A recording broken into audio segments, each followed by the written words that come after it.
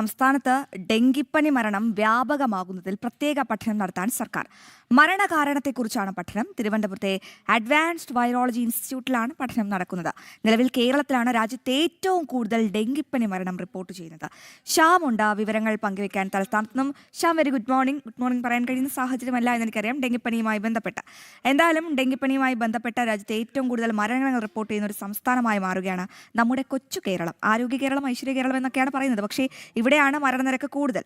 അത് ശരിക്കും ആരുടെയൊക്കെ കെടുകാര്യസ്ഥതയാണ് വിളിച്ചോതുന്നത് എന്ന് നന്നായി അറിയാം. എങ്കിൽ കൂടിയും ഇനിയിപ്പോൾ ഒരു ചർച്ചയ്ക്കൊക്കെ ഒരുങ്ങുകയാണല്ലോ. അങ്ങനെയാണെങ്കിൽ ഇത് പ്രതീക്ഷാവഹമായ ഒരു ചർച്ചയാകുമോ? എന്തൊക്കെ കാര്യങ്ങളാകും നടപ്പിലാക്കുക? ഡെങ്കിപ്പനിയുമായി ബന്ധപ്പെട്ട ഡെങ്കിപ്പനിയെ പ്രതിരോധിക്കാൻ എന്തൊക്കെ മാർഗരേഖകൾ പുറത്തിറക്കും? ശ്യാം.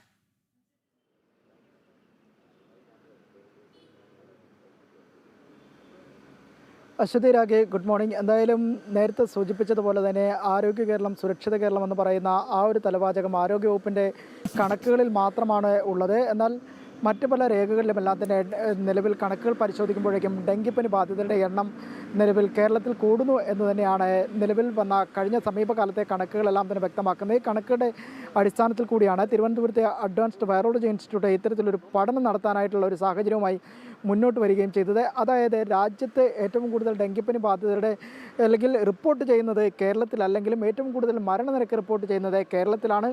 അത് സംബന്ധിച്ചുള്ള കണക്കുകളാണ് ഇപ്പോൾ പുറത്തു വന്നിരിക്കുന്നത്. സമീപകാലത്തെല്ലാം തന്നെ പുറത്തു വന്നിരിക്കുന്നത്.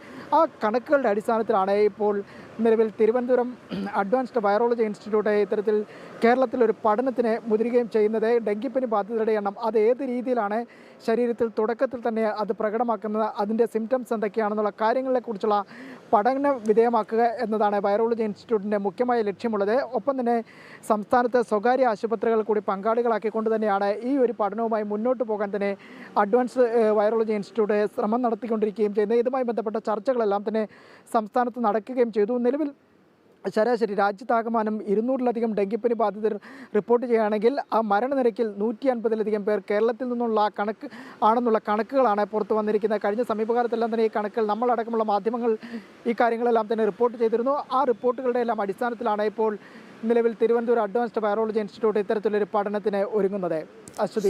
എന്തായാലും സംസ്ഥാനത്ത് ഡെങ്കിപ്പനി മരണം വ്യാപകമാകുമ്പോൾ അത് രാജ്യത്തെ കണക്കുകൾ തന്നെ ഞെട്ടിക്കുന്നതാണ്. ആ ഒരു വലിയ കണക്കാണ് കേരളത്തിൽ നിന്ന് വരുന്നത് എന്നുള്ളതാണ്.